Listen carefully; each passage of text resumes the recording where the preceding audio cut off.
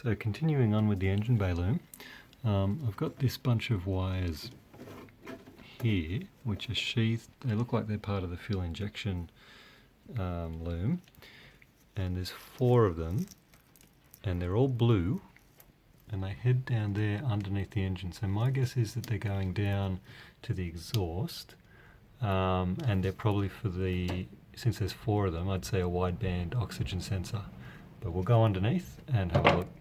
Alright, so here's those wires. Now they're different colours to what they are up in the engine bay, and the colours don't match. You've got brown going to black, red going to brown, red to black, and purple to blue. So what I'm going to do is undo them one by one, and I'll put a different bit of tape on each of them, and that should help identify them later on.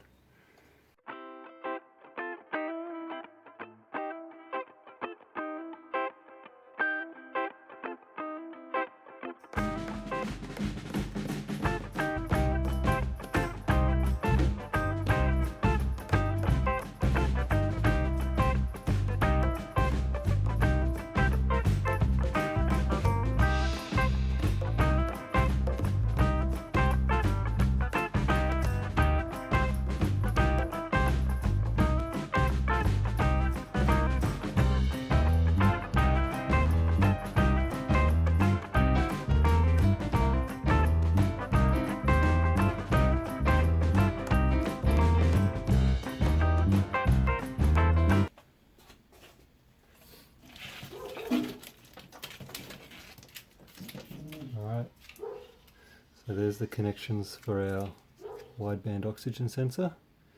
There's the bare one, the silver, the black, and the painter's tape. What I'll do is I'll see if I can pull that back through into the firewall, and it's got to be down near the exhaust, but it was on that side of the engine. So I'll see if there's a grommet or anything on the firewall on here that I can punch it out of, and if not, we'll have it come right through the transmission tunnel. Probably put it under the carpet and then back behind the dash. So if we move this power cable out of the way, the only thing holding all of this wiring on this side is this red wire which goes to the fuel pump. So what I'll do is I could cut it, but I'll probably just unwrap that, because the way we've been going, I reckon this will just be a bit of twisted wire. So no need to cut it, and I'll mark both ends with a fuel pump. We'll pass that back through the grommet, and I should be able to get this entire bundle of what do we got? We got some relays, some fuses. We should be able to pass it all across over there and bring the whole loom back down into the car, and from there we'll figure out where we want to run it.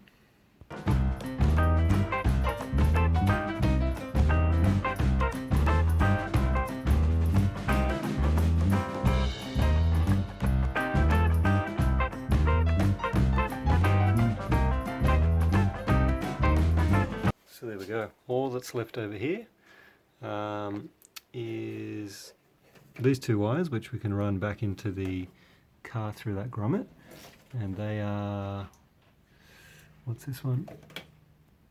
Oh, that's purple green, so that just joins up to a random wire in the loom over there. And this green one here, this very long one, that's the tachometer output, so that goes from the MSD box all the way to the tach that's mounted on the dash. So they're not super important. And then there's the fuel pump wire, which we just cut, feed that back through. And I'm not sure what this is. I think that was a redundant wire that I cut, otherwise I would have labelled it properly. But we'll see where it goes and we'll figure it out. It's quite a heavy gauge wire.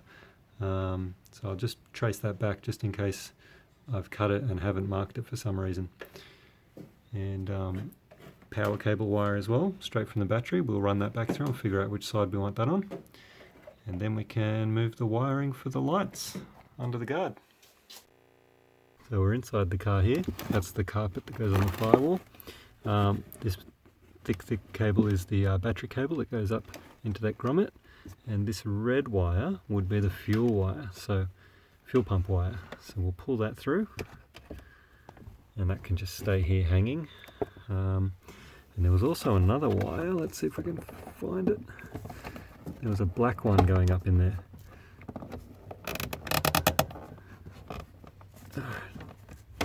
That's it. Now let's see if we can trace that. It seems to go behind this panel.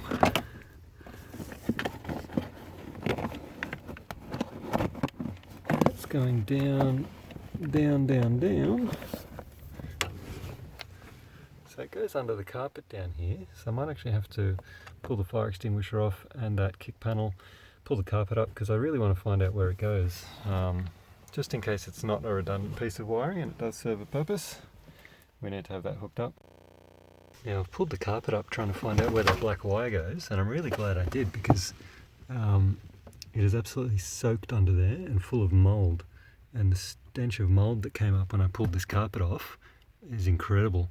So I really need to do something about that, which means I've also got a leak somewhere. Water's been getting in, so first I'll dry it out and then I'll try and figure out the leak. But this wire that I've followed, it actually goes under the door sill here, and I suspect in the back here I had this stereo wire which was terminated here, and I believe that's the same one. So if I pull on that one, yep, that's the same wire, so I can just pull that out because it doesn't serve any purpose. And then I'll get to drying and cleaning all this up, and probably have to throw all this underlay away and get some new stuff. So I pulled the carpet out because this side's very wet too. You can see that big stain there, or wet there, and I've discovered some more stuff.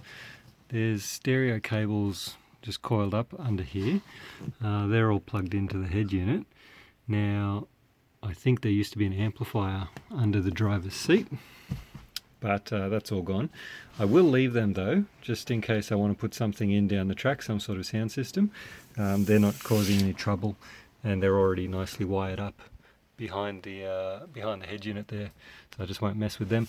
The other interesting thing I found is this. Now that's the back of a switch right here, and it's not connected to anything. It's a bit loose, but I'm just activating it there. This looks like it used to be a kill switch. So people did used to use these, you probably still do. They used to hook them up to the negative side of the coil and the ground or the body somewhere, and it would just mean that you couldn't start them. Anyway, so I'm gonna remove this. I've got my own plans for kill switch later on, but yeah, we'll see. Alright, so the seat's got to come out because I pulled the underlay up and it is soaking under there, and I can see rust starting to appear. So I've got to sort that out first. We have had heavy rain recently, and the car was outside, unfortunately.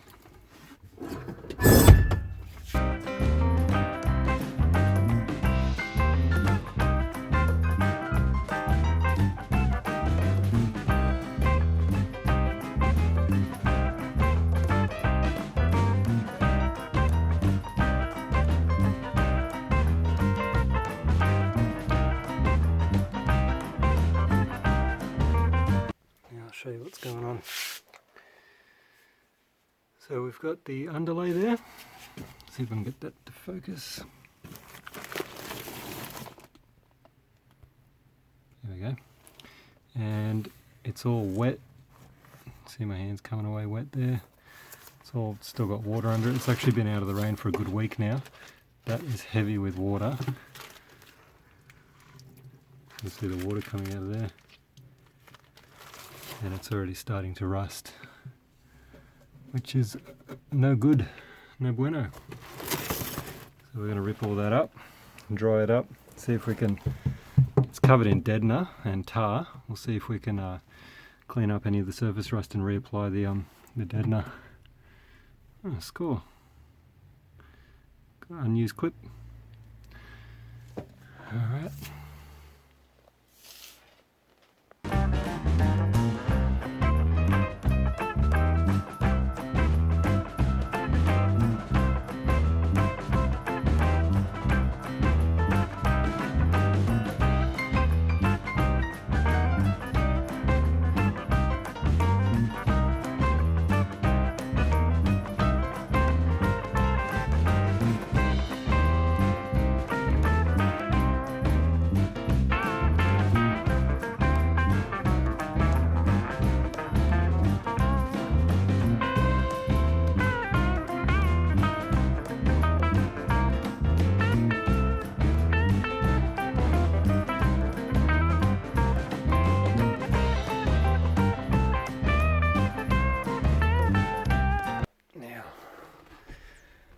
can see that's the original underlay, whereas this side had some sort of, you know, residential carpet underlay that you'd find in a house, maybe under a floating floor. And here we've already got rust starting to appear, but you can see the, I don't know if it's original or someone's done that, but this black stuff, that's all tar, so it's a good thing they did that. I just wish they'd also done it over this part of the floor pan. In the original section, this stuff is all mouldy and rotten, so that's got to go. Although it was all wet, it's absolutely covered and lathered in tar, so it doesn't look like there's any rust there, which is a really good thing, because these cars are prone to rusting heaps. So I'll pull this back section of carpet out. To do that, I've got to get this console. There's 2 screws, one on this side just about there, and one on this side just about there. So I'll undo those screws, pull this console off, get the carpet, the underlay out, and clean up the floor. And then my plan is to run the loom for the O2 sensor underneath and straight through the transmission tunnel here. I'll figure out exactly where the sensor is and plumb it through there. That way it's not going out into the engine bay and underneath.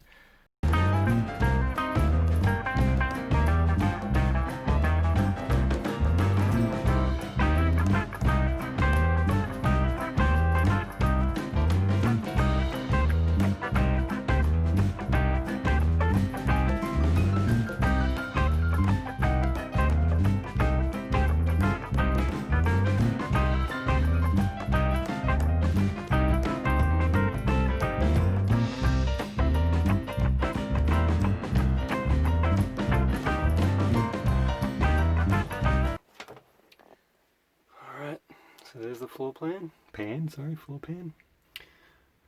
That's the cable's the battery power coming up the front. So we'll probably divert that over to this side because that's where all the relays and stuff are going to be. And the only thing left to take off is this. Oh, a nice little street sign blanking plate. So could be that this car was a automatic at some point, and it's been converted to manual. The autos have a bigger section cut out of them, and the manuals have the gearbox further up. So that could be what's going on there. Yeah, got the fuel pump wiring. Not sure what this is. We'll have to have a look at that. That might be the original speaker wire going back to the parcel shelf. A couple of other wires, interior loom, it's probably for the lights.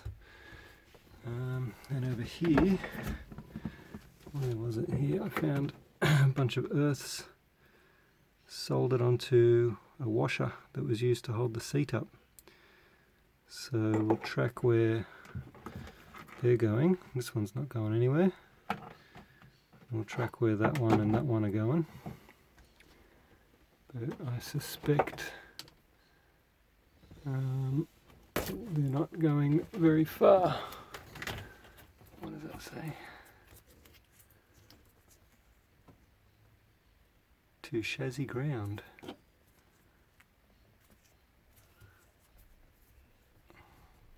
Chassis ground.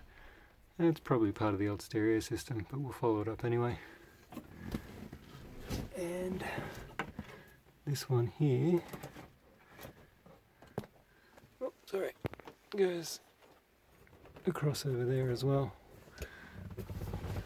Alright, we'll figure out what they're doing, see if we need to keep them or get rid of them. So all these wires coming off this washer are grounds, and I've traced them up. This green and yellow one went up to this bundle here, and they all terminate together and join this blue wire, so they're obviously all grounds. Now this one doesn't do anything. It looks like it was just taped to the body at one point. The other black wire that came off the washer is this one that said chassis ground on it, and that goes back up under the dash as well. This is the only one I can tell that was actually properly grounded, so what I'm going to do is cut these green ones off here and splice these, the blue and the black together up there, so it's a bit neater, and then it can be tucked away. And there we go. So I've cut off those other earths and I've used one of these sorts of splicing connections, which is not ideal, but you know, being end of days around here, hard to get parts, can't go to the shops, have to stay home, corona. Yeah, that's all we had, so I'll tape that up, make sure it never pops open, and before I'm done I'll just undo this and check that that connection's pretty good too.